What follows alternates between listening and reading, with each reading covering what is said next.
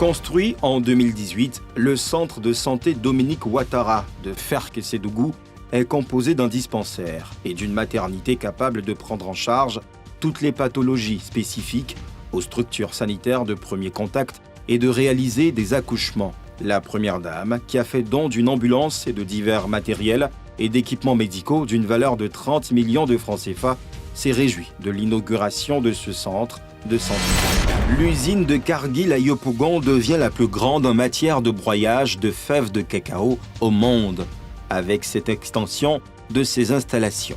Le chef du gouvernement a procédé à la coupure du ruban avant de visiter les installations. Le Premier ministre a aussi rappelé les ambitions du gouvernement à transformer à terme toute sa production cacaoyère. À compter du 8 novembre, et ce pendant 3 semaines, 28 500 agents recenseurs seront déployés sur toute l'étendue du territoire ivoirien pour le recensement général de la population. Le corps diplomatique accrédité en Côte d'Ivoire est instruit sur les enjeux.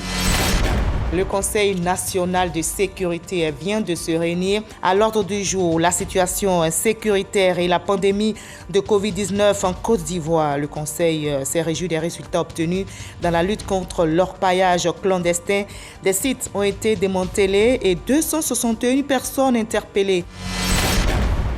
Programme de gouvernement dénommé la Côte d'Ivoire solidaire, le Premier ministre Patrick Achi a dit son engagement à mettre l'administration au service du secteur privé, un levier sur lequel vont s'appuyer les projections de la croissance économique des 5 prochaines années.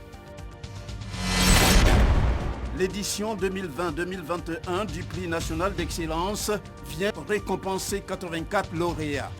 Personnalités physiques et morales, elles sont toutes respectivement l'émanation parfaite de leurs différents domaines d'activité.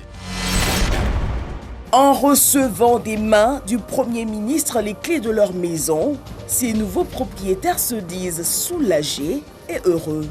Plus de 2000 acquéreurs sont concernés par l'opération de Locudro dans la commune d'Atekoubé, au grand bonheur de son premier responsable. Mouvement de rue, les docteurs non recrutés étaient les hôtes du ministre de tutelle. Occasion d'échanges, sans langue de bois.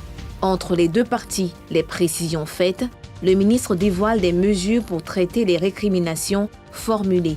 Mieux, le gouvernement, qui n'élude pas la question, va ouvrir une nouvelle session de recrutement dans le courant premier trimestre 2022.